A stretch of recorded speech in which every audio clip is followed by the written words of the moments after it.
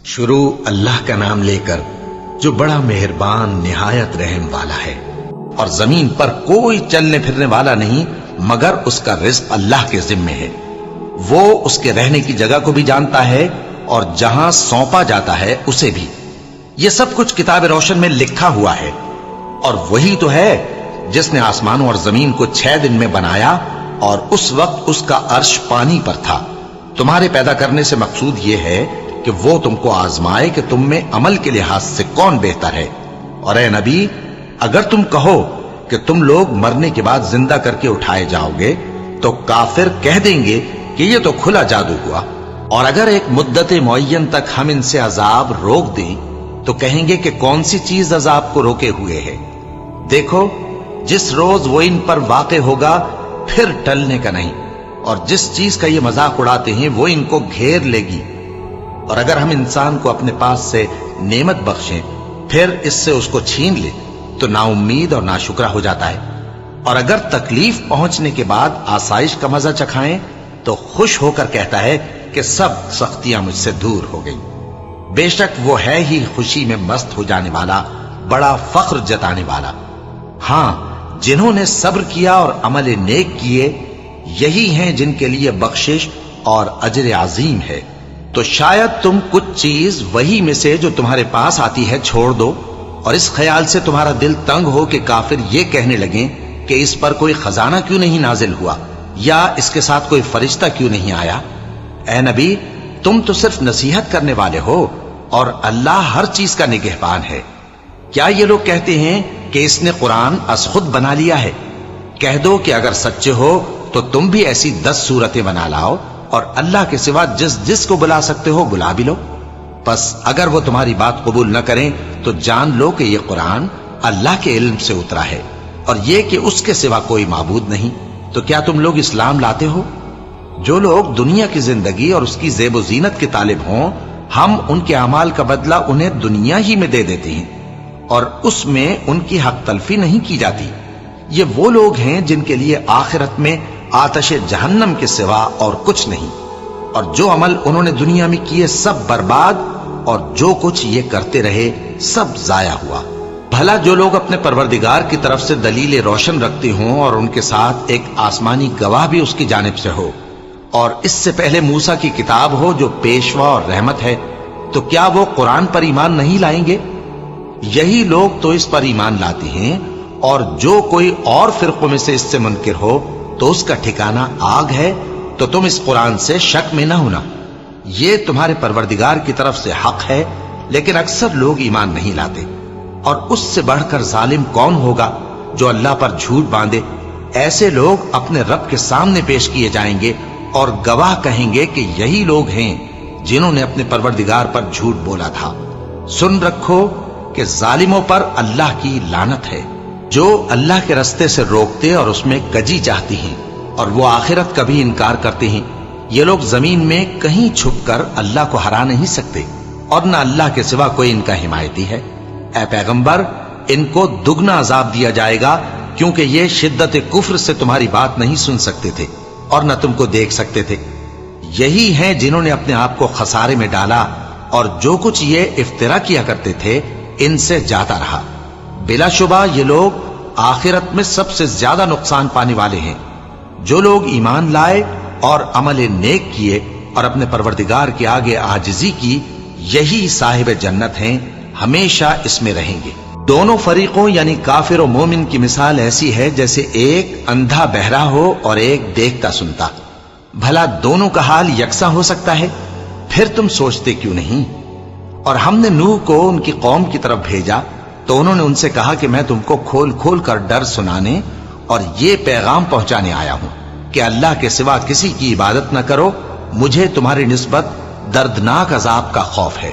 تو ان کی قوم کے سردار جو کافر تھے کہنے لگے کہ ہم تم کو اپنے ہی جیسا ایک آدمی دیکھتے ہیں، اور یہ بھی دیکھتے ہیں کہ تمہارے پیرو وہی لوگ ہوئے ہیں جو ہم میں ادنا درجے کے ہیں، اور وہ بھی سطحی رائے سے، اور ہم تم میں اپنے اوپر کسی طرح کی فضیلت نہیں دیکھتے بلکہ تمہیں جھوٹا خیال کرتے ہیں۔ فرمایا کہ اے قوم، دیکھو تو اگر میں اپنے پروردگار کی طرف سے دلیل روشن رکھتا ہوں اور اس نے مجھے اپنے ہاں سے رحمت بخشی ہو جس کی حقیقت تم سے پوشیدہ ہو گئی ہے، تو کیا ہم اس کے لیے تمہیں مجبور کر سکتے ہیں جبکہ تم اس سے ناخوش ہو؟ اور اے قوم، میں اس نصیحت کے بدلے تم سے مال و زر کا مطالبہ تو نہیں کرتا، میرا صلہ تو اللہ کے ذمے ہے، اور جو لوگ ایمان لائے ہیں میں ان کو نکالنے والا بھی نہیں ہوں، وہ تو اپنے پروردگار سے ملنے والے ہیں، لیکن میں دیکھتا ہوں کہ تم لوگ نادانی کر رہے ہو۔ اے میری قوم، اگر میں ان کو نکال دوں تو اللہ کی گرفت سے بچانے کے لیے کون میری مدد کر سکتا ہے؟ بھلا تم غور کیوں نہیں کرتے؟ اور میں نہ تم سے یہ کہتا ہوں کہ میرے پاس اللہ کے خزانے ہیں، اور نہ یہ کہ میں غیب جانتا ہوں، اور نہ یہ کہتا ہوں کہ میں فرشتہ ہوں، اور نہ ان لوگوں کی نسبت جن کو تم حقارت کی نظر سے دیکھتے ہو یہ کہتا ہوں کہ اللہ ان کو بھلائی یعنی اعمال کی جزائے نیک نہیں دے گا، جو ان کے دلوں میں ہے اسے اللہ خوب جانتا ہے۔ اگر میں ایسا کہوں تو بے انصافوں میں ہو جاؤں۔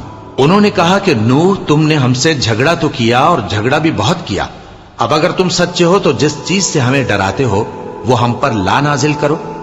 نوح نے کہا کہ اس عذاب کو تو اللہ ہی چاہے گا تو نازل کرے گا، اور تم اللہ کو کسی طرح ہرا نہیں سکتے، اور اگر میں یہ چاہوں کہ تمہاری خیر خواہی کروں اور اللہ یہ چاہے کہ تمہیں گمراہ رہنے دے تو میری خیر خواہی تم کو کچھ فائدہ نہیں دے سکتی، وہی تمہارا پروردگار ہے اور تمہیں اسی کی طرف لوٹ کر جانا ہے۔ کیا یہ لوگ کہتے ہیں کہ اس پیغمبر نے قرآن اپنے دل سے بنا لیا ہے؟ کہہ دو کہ اگر میں نے دل سے بنا لیا ہے تو میرے گناہ کا وبال مجھ پر، اور جو گناہ تم کرتے ہو اس سے میں بری الذمہ ہوں۔ اور نوح کی طرف وحی کی گئی کہ تمہاری قوم میں جو لوگ ایمان لا چکے ان کے سوا اور کوئی ایمان نہیں لائے گا، تو جو کام یہ کر رہے ہیں ان کی وجہ سے غم نہ کھاؤ، اور ایک کشتی ہمارے حکم سے ہمارے سامنے بناؤ، اور جو لوگ ظالم ہیں ان کے بارے میں مجھ سے کچھ نہ کہنا، کیونکہ وہ ضرور غرق کر دیے جائیں گے۔ اور نوح نے کشتی بنانا شروع کر دی، اور جب ان کی قوم کے سردار ان کے پاس سے گزرتے تو ان سے تمسخر کرتے۔ وہ کہتے کہ اگر تم ہم سے تمسخر کرتے ہو تو جس طرح تم ہم سے تمسخر کرتے ہو اسی طرح ایک وقت ہم بھی تم سے تمسخر کریں گے، اور تم کو جلد معلوم ہو جائے گا کہ کس پر عذاب آتا ہے جو اسے رسوا کرے گا، اور کس پر ہمیشہ کا عذاب نازل ہوتا ہے۔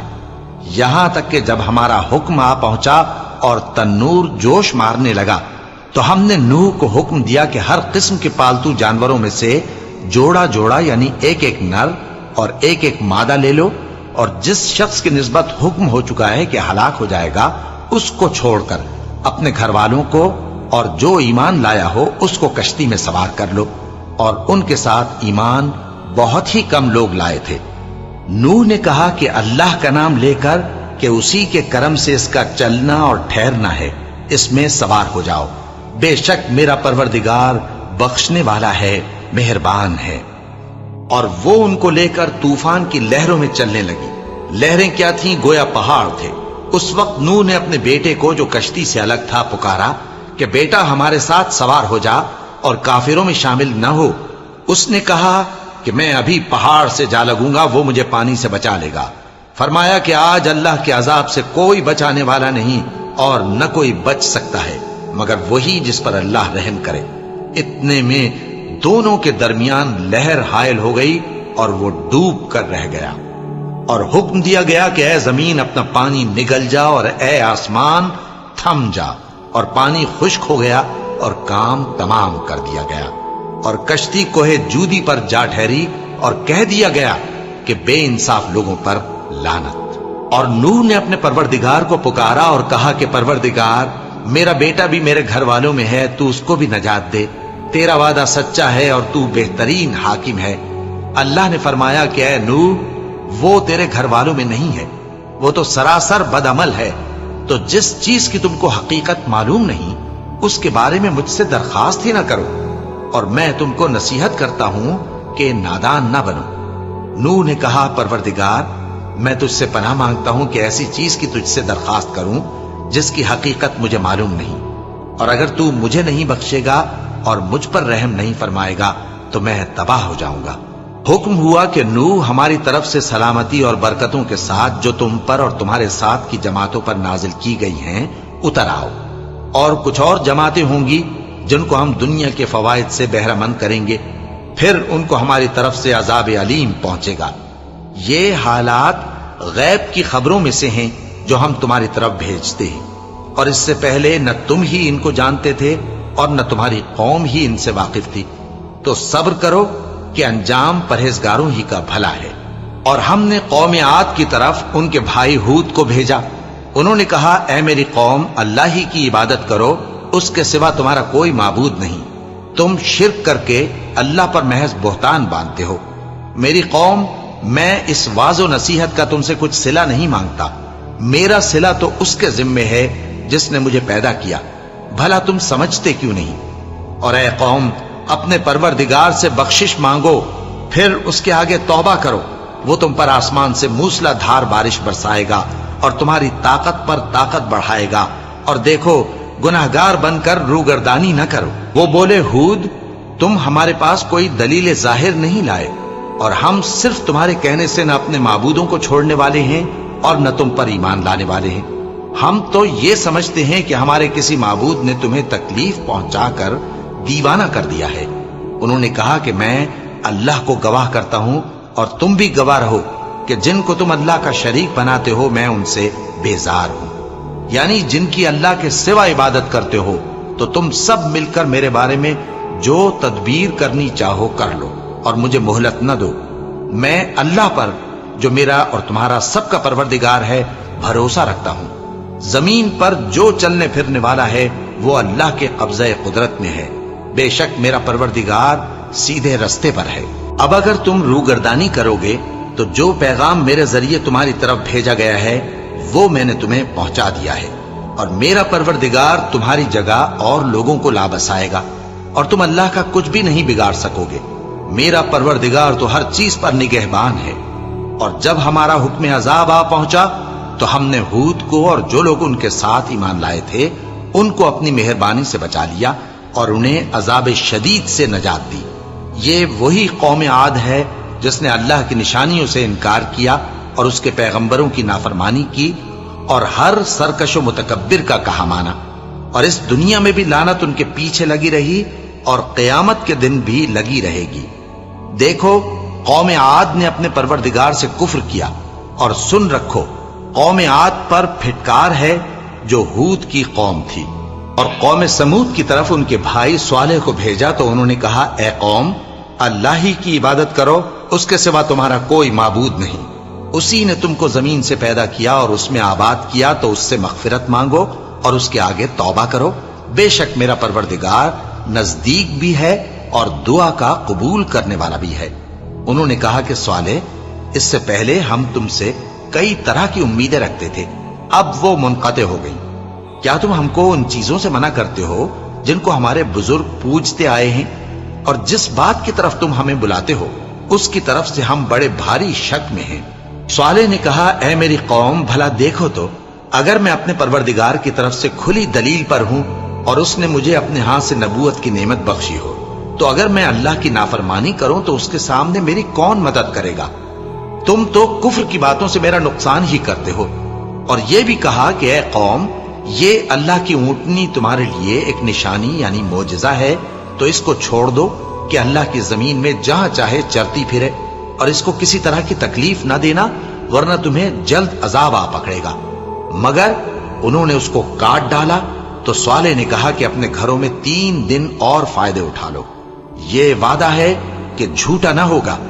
پس جب ہمارا حکم آ گیا تو ہم نے صالح کو اور جو لوگ ان کے ساتھ ایمان لائے تھے ان کو اپنی مہربانی سے بچا لیا اور اس دن کی رسوائی سے محفوظ رکھا۔ بے شک تمہارا پروردگار طاقتور ہے، زبردست ہے۔ اور جن لوگوں نے ظلم کیا تھا ان کو چنگھاڑ کی صورت میں عذاب نے آ پکڑا تو وہ اپنے گھروں میں اوندھے پڑے رہ گئے، گویا کبھی ان میں بسے ہی نہ تھے۔ سن رکھو کہ قوم سمود نے اپنے پروردگار سے کفر کیا، اور سن رکھو قوم سمود پر پھٹکار ہے۔ اور ہمارے فرشتے ابراہیم کے پاس بشارت لے کر آئے تو سلام کہا، انہوں نے بھی جواب میں سلام کہا۔ ابھی کچھ وقفہ نہیں ہوا تھا کہ ابراہیم ایک بھنا ہوا بچڑا لے آئے۔ پھر جب دیکھا کہ ان کے ہاتھ کھانے کی طرف نہیں بڑھتے، یعنی وہ کھانا نہیں کھاتے، تو ان کو اجنبی سمجھ کر دل میں خوف کیا۔ فرشتوں نے کہا کہ خوف نہ کیجیے، ہم قوم لوط کی طرف ان کے ہلاک کرنے کو بھیجے گئے ہیں۔ اور ابراہیم کی بیوی جو پاس کھڑی تھی ہنس پڑی۔ تو ہم نے اس کو اسحاق کی اور اسحاق کے بعد یعقوب کی خوشخبری دی۔ اس نے کہا اے میرے بچہ ہوگا، میں تو بڑھیا ہوں اور یہ میرے میاں بھی بوڑھے ہیں، یہ تو بڑی عجیب بات ہے۔ انہوں نے کہا کیا تم اللہ کی قدرت سے تعجب کرتی ہو؟ اے اہل بیت، تم پر اللہ کی رحمت اور اس کی برکتیں ہیں، وہ لائق تعریف ہے، بڑا ہے۔ پھر جب ابراہیم سے خوف جاتا رہا اور ان کو خوشخبری بھی مل گئی تو قوم لوط کے بارے میں لگے ہم سے بحث کرنے۔ بے شک ابراہیم بڑے تحمل والے، نرم دل اور رجوع کرنے والے تھے۔ اے ابراہیم، اس بات کو جانے دو، تمہارے پروردگار کا حکم آ پہنچا ہے اور ان لوگوں پر عذاب آنے والا ہے جو کبھی نہیں ٹلنے کا۔ اور جب ہمارے فرشتے لوط کے پاس آئے تو وہ ان کے آنے سے غمناک اور تنگ دل ہوئے اور کہنے لگے کہ آج کا دن بڑی مشکل کا دن ہے۔ اور لوط کی قوم کے لوگ ان کے پاس بے تحاشا دوڑتے ہوئے آئے اور یہ لوگ پہلے ہی سے انتہائی بیہودہ حرکتیں کیا کرتے تھے۔ لوط نے کہا کہ اے بھائیو، یہ جو میری قوم کی لڑکیاں ہیں یہ تمہارے لیے جائز اور پاک ہیں، تو اللہ سے ڈرو اور میرے مہمانوں کے بارے میں مجھے بے آبرو نہ کرو۔ کیا تم میں کوئی بھی شائستہ آدمی نہیں؟ وہ بولے تم کو معلوم ہے کہ تمہاری ان بیٹیوں کی ہمیں کچھ حاجت نہیں، اور جو ہماری غرض ہے اسے تم خوب جانتے ہو۔ لوط نے کہا اے کاش مجھ میں تمہارے مقابلے کی طاقت ہوتی یا میں کسی مضبوط قلعے میں پناہ لے لیتا۔ فرشتوں نے کہا اے لوط، ہم تمہارے پروردگار کے فرشتے ہیں، یہ لوگ ہرگز تم تک نہیں پہنچ سکیں گے، تو کچھ رات رہے سے اپنے گھر والوں کو لے کر چل دو اور تم میں سے کوئی شخص پیچھے مڑ کر نہ دیکھے مگر تمہاری بیوی کے جو آفت ان پر پڑنے والی ہے وہی اس پر بھی پڑے گی۔ ان کے عذاب کے وعدے کا وقت صبح ہے، اور کیا صبح کچھ دور ہے؟ پھر جب ہمارا حکم آیا ہم نے اس بستی کو الٹ کر نیچے اوپر کر دیا اور ان پر پتھر کی تہ بتہ کنکریاں برسائیں جن پر تمہارے پروردگار کے ہاں سے نشان کیے ہوئے تھے، اور وہ بستی ان ظالموں سے کچھ دور نہیں۔ اور مدین کی طرف ان کے بھائی شعیب کو بھیجا تو انہوں نے کہا کہ اے قوم، اللہ ہی کی عبادت کرو کہ اس کے سوا تمہارا کوئی معبود نہیں، اور ناپ اور تول میں کمی نہ کیا کرو، میں تو تم کو آسودہ حال دیکھتا ہوں، اور اگر تم ایمان نہ لاؤ گے تو مجھے تمہارے بارے میں ایک ایسے دن کے عذاب کا خوف ہے جو تم کو گھیر کر رہے گا۔ اور اے میری قوم، ناپ اور تول انصاف کے ساتھ پوری کیا کرو، اور لوگوں کو ان کی چیزیں کم نہ دیا کرو، اور زمین میں خرابی کرتے نہ پھرو۔ اگر تم کو میرے کہنے کا یقین ہو تو اللہ کا دیا ہوا نفع ہی تمہارے لیے بہتر ہے، اور میں تمہارا نگہبان نہیں ہوں۔ انہوں نے کہا اے شعیب، کیا تمہاری نماز تمہیں یہ سکھاتی ہے کہ جن کو ہمارے باپ دادا پوجتے آئے ہیں ہم ان کو ترک کر دیں، یا اپنے مال میں تصرف کرنا چاہیں تو نہ کریں؟ تم تو بڑے نرم دل اور بڑے سیدھے ہو۔ انہوں نے کہا کہ اے قوم، دیکھو تو اگر میں اپنے پروردگار کی طرف سے دلیل روشن پر ہوں اور اس نے اپنے ہاں سے مجھے نیک روزی دی ہو تو کیا میں اپنا فرض ادا نہ کروں؟ اور میں نہیں چاہتا کہ جس بات سے میں تمہیں منع کروں خود اس کو کرنے لگوں۔ میں تو جہاں تک مجھ سے ہو سکے تمہارے معاملات کی اصلاح چاہتا ہوں، اور اس بارے میں مجھے توفیق کا ملنا اللہ ہی کے فضل سے ہے۔ میں اسی پر بھروسہ رکھتا ہوں اور اسی کی طرف رجوع کرتا ہوں۔ اور اے قوم، میری مخالفت تم سے کوئی ایسا کام نہ کرا دے کہ جیسی مصیبت نوح کی قوم یا ہود کی قوم یا صالح کی قوم پر واقع ہوئی تھی ویسی ہی مصیبت تم پر واقع ہو۔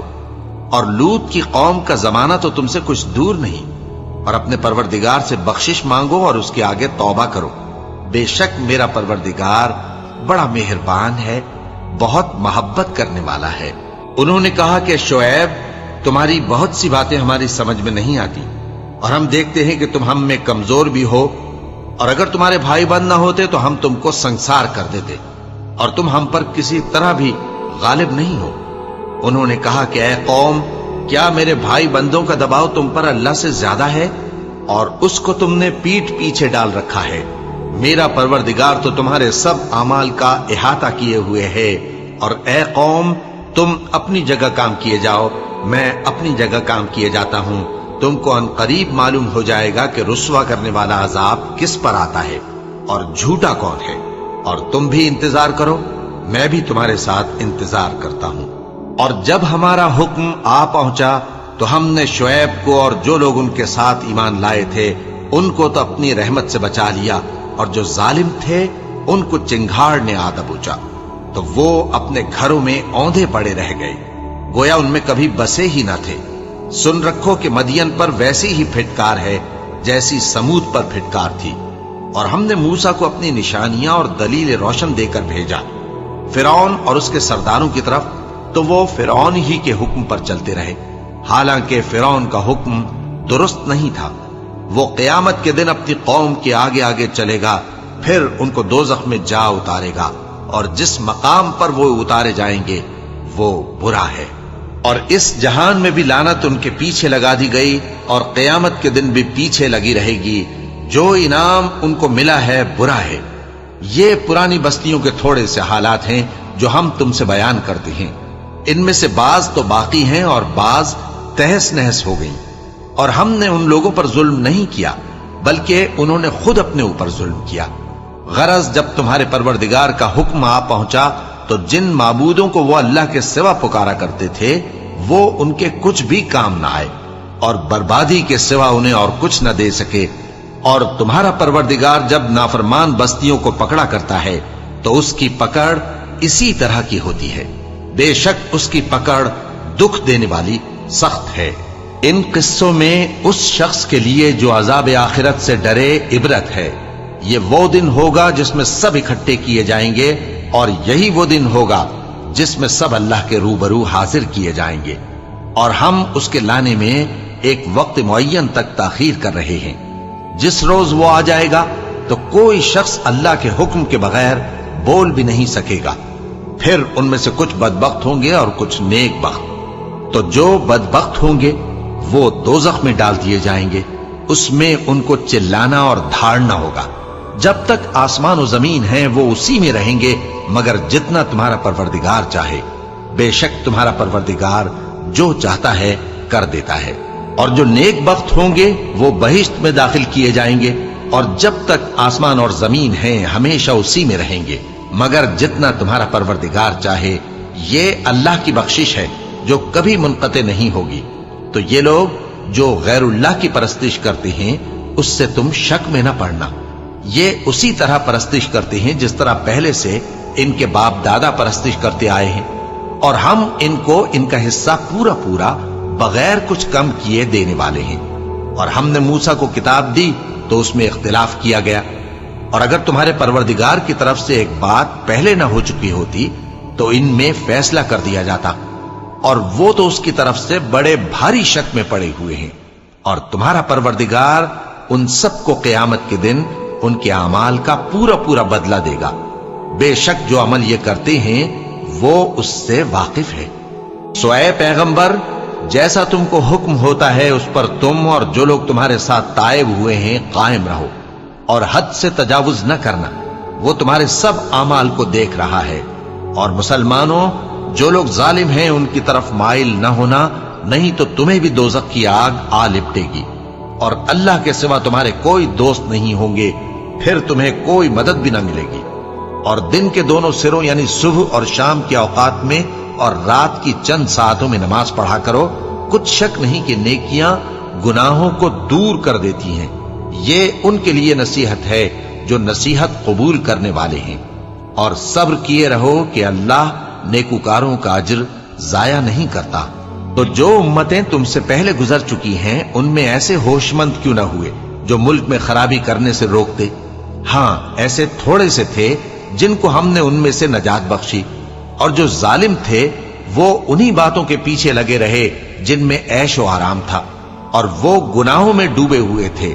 اور تمہارا پروردگار ایسا نہیں ہے کہ بستیوں کو جبکہ وہاں کے باشندے نیکوکار ہوں از راہ ظلم تباہ کر دے۔ اور اگر تمہارا پروردگار چاہتا تو تمام لوگوں کو ایک ہی جماعت کر دیتا، اور وہ برابر اختلاف کرتے رہیں گے، مگر جن پر تمہارا پروردگار رحم فرمائے۔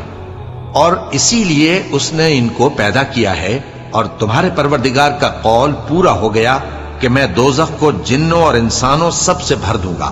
اور اے نبی اور پیغمبروں کے وہ سب حالات جو ہم تم سے بیان کرتے ہیں ان سے ہم تمہارے دل کو جمائے رکھتے ہیں، اور ان حالات میں تمہارے پاس حق پہنچ گیا اور یہ مومنوں کے لیے نصیحت اور عبرت ہے۔ اور جو لوگ ایمان نہیں لائے ان سے کہہ دو کہ تم اپنی جگہ عمل کیے جاؤ، ہم اپنی جگہ عمل کیے جاتے ہیں، اور نتیجہ اعمال کا تم بھی انتظار کرو، ہم بھی انتظار کرتے ہیں۔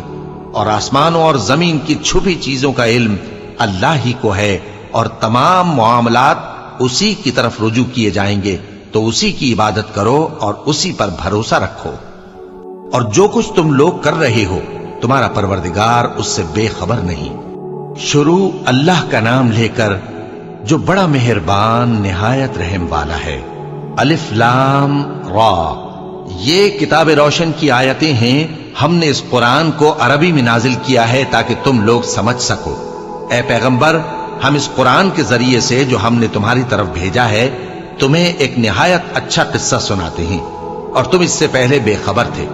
جب یوسف نے اپنے والد سے کہا کہ ابا، میں نے خواب میں 11 ستاروں اور سورج اور چاند کو دیکھا ہے، دیکھتا کیا ہوں کہ وہ مجھے سجدہ کر رہے ہیں۔ انہوں نے کہا کہ بیٹا، اپنے خواب کا ذکر اپنے بھائیوں سے نہ کرنا، نہیں تو وہ تمہارے حق میں کوئی چال چلیں گے۔ کچھ شک نہیں کہ شیطان انسان کا کھلا دشمن ہے، اور اسی طرح اللہ تمہیں برگزیدہ و ممتاز کرے گا اور خواب کی باتوں کی تعبیر کا علم سکھائے گا۔ اور جس طرح اس نے اپنی نعمت پہلے تمہارے دادا پر دادا ابراہیم اور اسحاق پر پوری کی تھی، اسی طرح تم پر اور اولاد یعقوب پر پوری کرے گا۔ بے شک تمہارا پروردگار سب کچھ جاننے والا ہے، حکمت والا ہے۔ ہاں، یوسف اور ان کے بھائیوں کے قصے میں پوچھنے والوں کے لیے بہت سی نشانیاں ہیں۔ جب انہوں نے آپس میں تذکرہ کیا کہ یوسف اور اس کا بھائی ابا کو ہم سے زیادہ پیارے ہیں، حالانکہ ہم جماعت کی جماعت ہیں، کچھ شک نہیں کہ ابا کھلی غلطی پر ہیں۔ یوسف کو یا تو جان سے مار ڈالو یا کسی ملک میں پھینک آؤ، پھر ابا کی توجہ صرف تمہاری طرف ہو جائے گی، اور اس کے بعد تم نیک لوگوں میں ہو جاؤ گے۔ ان میں سے ایک کہنے والے نے کہا کہ یوسف کو جان سے نہ مارو، کسی اندھے کنویں میں ڈال دو کہ کوئی راہگیر اسے نکال کر کسی دوسرے ملک میں لے جائے گا۔ اگر تم کو کرنا ہی ہے تو یوں کرو۔ یہ مشورہ کر کے وہ اپنے والد سے کہنے لگے کہ ابا جان، کیا سبب ہے کہ آپ یوسف کے بارے میں ہمارا اعتبار نہیں کرتے، حالانکہ ہم اس کے خیر خواہ ہیں؟ کل اسے ہمارے ساتھ بھیج دیجئے کہ خوب میوے کھائے اور کھیلے کودے، ہم اس کے نگہبان ہیں۔ انہوں نے کہا کہ یہ امر مجھے غمناک کیے دیتا ہے کہ تم اسے لے جاؤ، یعنی وہ مجھ سے جدا ہو جائے، اور مجھے یہ بھی خوف ہے کہ تم کھیل میں اس سے غافل ہو جاؤ اور اسے بھیڑیا کھا جائے۔ وہ کہنے لگے کہ اگر ہماری موجودگی میں کہ ہم ایک طاقتور جماعت ہیں اسے بھیڑیا کھا گیا تو ہم بڑے نقصان میں پڑ گئے۔ غرض جب وہ اس کو لے گئے اور اس بات پر اتفاق کر لیا کہ اس کو اندھے کنویں میں ڈال دیں، اور ہم نے یوسف کی طرف وحی بھیجی کہ ایک وقت ایسا آئے گا کہ تم انہیں ان کے اس سلوک سے آگاہ کرو گے، اور ان کو اس وحی کی کچھ خبر نہ ہوگی۔ اور یہ حرکت کر کے وہ رات کے وقت باپ کے پاس روتے ہوئے آئے، کہنے لگے کہ ابا جان، ہم تو دوڑنے اور ایک دوسرے سے آگے نکلنے میں مصروف ہو گئے اور یوسف کو اپنے اسباب کے پاس چھوڑ گئے تو اسے بھیڑیا کھا گیا، اور آپ ہماری بات کو گو ہم سچ ہی کہتے ہیں باور نہیں کریں گے۔ اور ان کے کرتے پر جھوٹ موٹ کا لہو بھی لگا لائے۔ یعقوب نے کہا کہ یوں نہیں ہے، بلکہ تم اپنے دل سے یہ بات بنا لائے ہو۔ اچھا، صبر کہ وہی خوب ہے، اور جو تم بیان کرتے ہو اس کے بارے میں اللہ ہی سے مدد چاہیے۔ اور اب اللہ کی شان دیکھو کہ اس کنویں کے قریب ایک قافلہ آوارد ہوا اور انہوں نے پانی کے لیے اپنا سقا بھیجا، تو اس نے کنویں میں ڈول لٹکایا، یوسف اس سے لٹک گئے۔ وہ بولا، زہے قسمت، یہ تو ایک لڑکا ہے، اور اس کو قیمتی سرمایہ سمجھ کر چھپا لیا۔ اور جو کچھ وہ کرتے تھے اللہ کو خوب معلوم تھا، اور انہوں نے اس کو تھوڑی سی قیمت یعنی معدود چند درہموں پر بیچ ڈالا، اور وہ اس سے بیزار ہو رہے تھے۔ اور مصر میں جس شخص نے اس کو خریدا، اس نے اپنی بیوی سے جس کا نام زلیخا تھا کہا کہ اس کو عزت و اکرام سے رکھو، عجب نہیں کہ یہ ہمیں فائدہ دے یا ہم اسے بیٹا بنا لیں۔ اس طرح ہم نے یوسف کو سرزمین مصر میں جگہ دی، اور غرض یہ تھی کہ ہم ان کو خواب کی باتوں کی تعبیر سکھائیں۔ اور اللہ اپنے کام پر غالب ہے، لیکن اکثر لوگ نہیں جانتے۔ اور جب وہ اپنی جوانی کو پہنچے تو ہم نے ان کو دانائی اور علم عطا کیا، اور نیکوکاروں کو ہم اسی طرح بدلہ دیا کرتے ہیں۔ اور جس عورت کے گھر میں وہ رہتے تھے اس نے ان کو اپنی طرف مائل کرنا چاہا، اور دروازے بند کر کے کہنے لگی یوسف جلدی آؤ۔ انہوں نے کہا کہ اللہ پناہ میں رکھے، وہ یعنی تمہارے میاں تو میرے آقا ہیں، انہوں نے مجھے اچھی طرح سے رکھا ہے، میں ایسا ظلم نہیں کر سکتا، بے شک ظالم لوگ فلاح نہیں پائیں گے۔ اور اس عورت نے ان کا قصد کیا اور انہوں نے اس کا قصد کیا۔ اگر وہ اپنے پروردگار کی نشانی نہ دیکھتے تو جو ہوتا سو ہوتا۔ یوں اس لیے کیا گیا کہ ہم ان سے برائی اور بے حیائی کو روک دیں، بے شک وہ ہمارے چنے ہوئے بندوں میں سے تھے۔ اور دونوں دروازے کی طرف بھاگے، آگے یوسف پیچھے زلیخا، اور عورت نے ان کا کرتا پیچھے سے پکڑ کر جو کھینچا تو پھاڑ ڈالا، اور دونوں کو دروازے کے پاس عورت کا خاوند مل گیا۔ تو عورت بولی کہ جو شخص تمہاری بیوی کے ساتھ برا ارادہ کرے اس کی اس کے سوا کیا سزا ہے کہ یا تو قید کیا جائے یا اسے دکھ کا عذاب دیا جائے۔ یوسف نے کہا اسی نے مجھ کو اپنی طرف مائل کرنا چاہا تھا، اور اس کے خاندان میں سے ایک گواہ نے گواہی دی کہ اگر اس کا کرتا آگے سے پھٹا ہو تو یہ سچی اور یوسف جھوٹا ہے، اور اگر کرتا پیچھے سے پھٹا ہو تو یہ جھوٹی اور وہ سچا ہے۔ سو جب اس کا کرتا دیکھا تو پیچھے سے پھٹا تھا، تب اس نے زلیخا سے کہا کہ یہ تمہارا ہی فریب ہے، اور کچھ شک نہیں کہ تم عورتوں کے فریب بڑے بھاری ہوتے ہیں۔ یوسف اس بات کا خیال نہ کر، اور زلیخا تو اپنے گناہ کی بخشش مانگ، بے شک خطا تیری ہی ہے۔ اور شہر میں عورتیں گفتگویں کرنے لگیں کہ عزیز کی بیوی اپنے غلام کو اپنی طرف مائل کرنا چاہتی ہے، اور اس کی محبت اس کے دل میں گھر کر گئی ہے، ہم دیکھتی ہیں کہ وہ کھلی گمراہی میں ہے۔ پھر جب زلیخا نے ان عورتوں کی گفتگو جو حقیقت میں دیدار یوسف کے لیے ایک چال تھی سنی، تو ان کے پاس دعوت کا پیغام بھیجا اور ان کے لیے ایک محفل مرتب کی، اور پھل تراشنے کے لیے ہر ایک کو ایک ایک چھری دی، اور یوسف سے کہا کہ ان کے سامنے آؤ۔ جب عورتوں نے ان کو دیکھا تو ان کا روب حسن ان پر ایسا چھا گیا کہ پھل تراشتے تراشتے اپنے ہاتھ کاٹ لیے، اور بے ساختہ بول اٹھیں کہ اللہ پاک ہے، یہ آدمی نہیں، یہ تو کوئی بزرگ فرشتہ ہے۔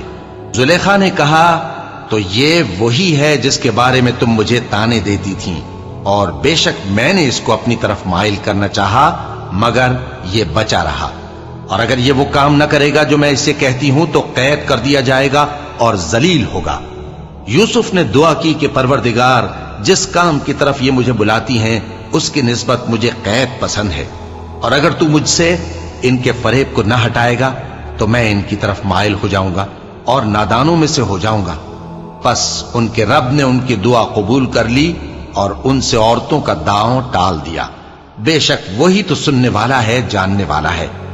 پھر باوجود اس کے کہ وہ لوگ ان کی بے گناہی کے نشان دیکھ چکے تھے، ان کی رائے یہی ٹھہری کہ کچھ عرصے کے لیے ان کو قید ہی کر دیں، اور ان کے ساتھ دو اور جوان بھی داخل زندہ ہوئے۔ ایک نے ان میں سے کہا کہ میں نے خواب دیکھا ہے، دیکھتا کیا ہوں کہ شراب کے لیے انگور نچوڑ رہا ہوں۔ دوسرے نے کہا کہ میں نے بھی خواب دیکھا ہے، میں یہ دیکھتا ہوں کہ اپنے سر پر روٹیاں اٹھائے ہوئے ہوں اور پرندے ان میں سے کھا رہے ہیں، تو ہمیں ان کی تعبیر بتا دیجئے کہ ہم تمہیں نیکوکار دیکھتے ہیں۔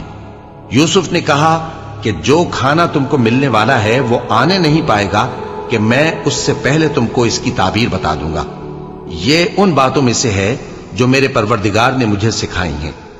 جو لوگ اللہ پر ایمان نہیں لاتے اور آخرت کا انکار کرتے ہیں، میں نے ان کا مذہب چھوڑ دیا ہے، اور میں اپنے باپ دادا ابراہیم اور اسحاق اور یعقوب کے مذہب پر چلتا ہوں۔ ہمیں شایع نہیں ہے کہ کسی چیز کو اللہ کے ساتھ شریک بنائے، یہ اللہ کا فضل ہے ہم پر بھی اور لوگوں پر بھی، لیکن اکثر لوگ شکر نہیں کرتے۔ اے میرے قید خانے کے رفیقو، بھلا کئی جدا جدا آقا اچھے یا اللہ جو اکیلا ہے سب پر غالب ہے؟ جن چیزوں کی تم اللہ کے سوا پرستش کرتے ہو وہ صرف نام ہی نام ہیں جو تم نے اور تمہارے باپ دادا نے رکھ لیے ہیں، اللہ نے ان کی کوئی سند نازل نہیں کی۔ سن رکھو کہ اللہ کے سوا کسی کی حکومت نہیں ہے، اس نے ارشاد فرمایا ہے کہ اس کے سوا کسی کی عبادت نہ کرو، یہی سیدھا دین ہے، لیکن اکثر لوگ نہیں جانتے۔ اے میرے قید خانے کے رفیقو، تم میں سے ایک جو پہلا خواب بیان کرنے والا ہے وہ تو اپنے آقا کو شراب پلایا کرے گا، اور جو دوسرا ہے وہ سولی دیا جائے گا اور پرندے اس کا سر نوچ کھائیں گے۔ جو بات تم مجھ سے پوچھتے تھے وہ فیصل ہو چکی ہے، اور ان دونوں میں سے جس کی نسبت یوسف نے خیال کیا کہ وہ رہائی پا جائے گا، اس سے کہا کہ اپنے آقا سے میرا ذکر بھی کر دینا۔ پھر شیطان نے اسے ان کا اپنے آقا سے ذکر کرنا بھلا دیا، اور یوسف کئی برس قید خانے ہی میں رہے۔ اور بادشاہ نے کہا کہ میں نے خواب دیکھا ہے، دیکھتا کیا ہوں کہ 7 موٹی گائیں ہیں جن کو 7 دبلی گائیں کھا رہی ہیں، اور 7 خوشے سبز ہیں اور 7 خشک۔ اے درباریو، اگر تم خوابوں کی تعبیر دے سکتے ہو تو مجھے میرے خواب کی تعبیر بتاؤ۔ انہوں نے کہا، یہ خواب تو پریشان خیالی سے ہیں اور ہمیں ایسے خوابوں کی تعبیر نہیں آتی۔ اور وہ شخص جو دونوں قیدیوں میں سے رہائی پا گیا تھا اور جسے مدت کے بعد وہ بات یاد آ گئی، بول اٹھا کہ میں آپ کو اس کی تعبیر لا بتاتا ہوں، مجھے قید خانے جانے کی اجازت دیجیے۔ غرض وہ یوسف کے پاس آیا اور کہنے لگا، یوسف، اے بڑے سچے یوسف، ہمیں اس خواب کی تعبیر بتائیے کہ 7 موٹی گایوں کو 7 دبلی گائیں کھا رہی ہیں، اور 7 خوشے سبز ہیں اور 7 سوکھے، تاکہ میں لوگوں کے پاس واپس جا کر تعبیر بتاؤں۔ عجب نہیں کہ وہ تمہاری قدر جانے۔ انہوں نے کہا کہ تم لوگ 7 سال متواتر کھیتی کرتے رہو گے، تو جو غلہ کاٹو تو تھوڑے سے غلے کے سوا جو کھانے میں آئے باقی کو خوشوں میں ہی رہنے دینا۔ پھر اس کے بعد خشک سالی کے 7 سخت سال آئیں گے کہ جو غلہ تم نے جمع کر رکھا ہوگا وہ سب کو کھا جائیں گے، صرف وہی تھوڑا سا رہ جائے گا جو تم احتیاط سے رکھ چھوڑو گے۔ پھر اس کے بعد ایک ایسا سال آئے گا کہ خوب مے برسے گا اور لوگ اس میں رس نچوڑیں گے۔ اور یہ تعبیر سن کر بادشاہ نے حکم دیا کہ یوسف کو میرے پاس لے آؤ۔